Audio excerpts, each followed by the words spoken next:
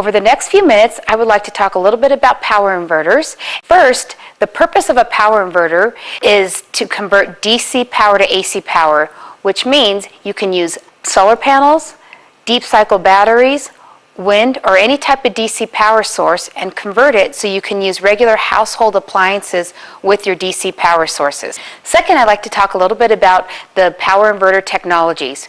Currently, there are two different types of technologies for power inverters: modified sine inverters and pure sine inverters. Modified sine inverters are the most common and economical inverter that you will find. The modified sine that comes out of the inverter is more of a step sine wave and tries to mimic a traditional pure sine line. A pure sine inverter is most similar to city power. That's the power that comes out of your outlet. It provides cleaner power and more efficient power.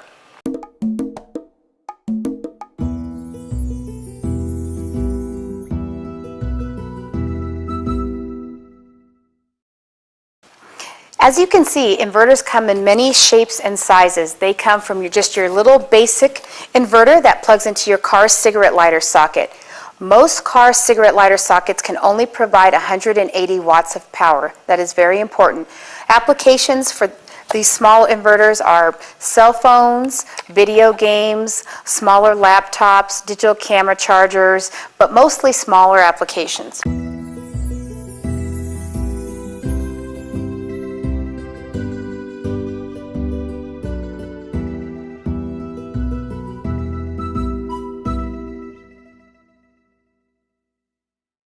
Another type of inverter that Ames Power manufactures is an inverter with a built-in charger and transfer switch. This allows the inverter to pull power automatically from the batteries and then switch off to AC power once the AC power comes on. If you have any additional questions, please visit our website.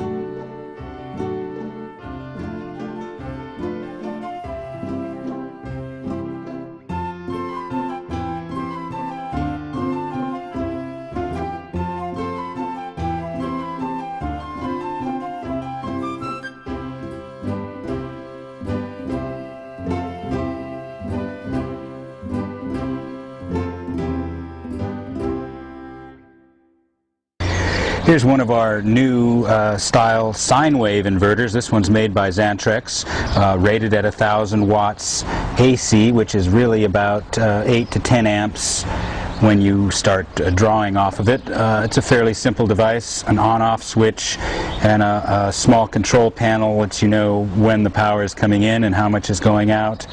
We also have a place to plug in, a standard extension cord, and a small fuse in case things get too high that will pop out.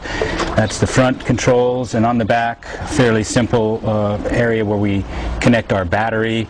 Very obvious plus and minus. This is a DC system, and reversing those will blow the thing up and the mystery smoke will come out. So we watch our polarity. This one also has a fan on it to keep the inside items cool. Here we have a slightly smaller XL Tech inverter. This again is a sine wave inverter.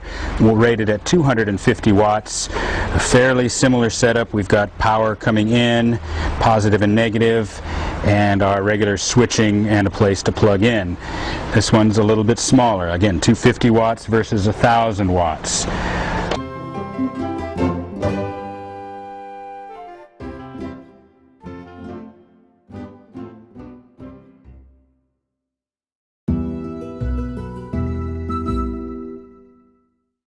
Well, now it's time to set up your tent.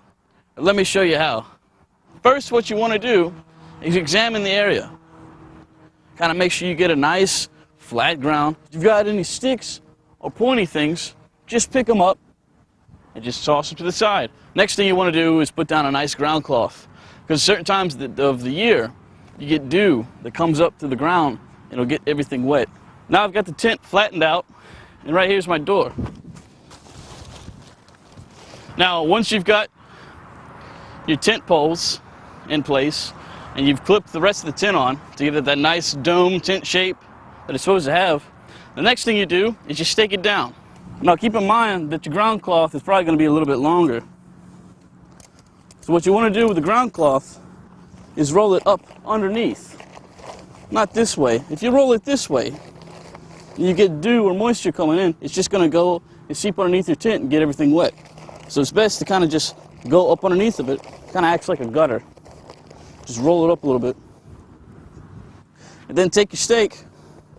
On this particular tent, it's got like a little metal circle. You just insert the stake right there, kind of at a nice 45-degree angle until you get all the way down to the ground. Now as you can see, your tent's starting to look more like the picture that came on the bag. But there's still one more thing to do, and that's to put on the rain flap. Once you got your rain flap draped over top of the tent, most of them come with these hooks attached to a rubber band. And all you do is take the hook and go down to this round circular and hook it right there. And you just do the same thing on all four corners. And there we go. Now the tent looks just like the directions said, and pretty much like the picture.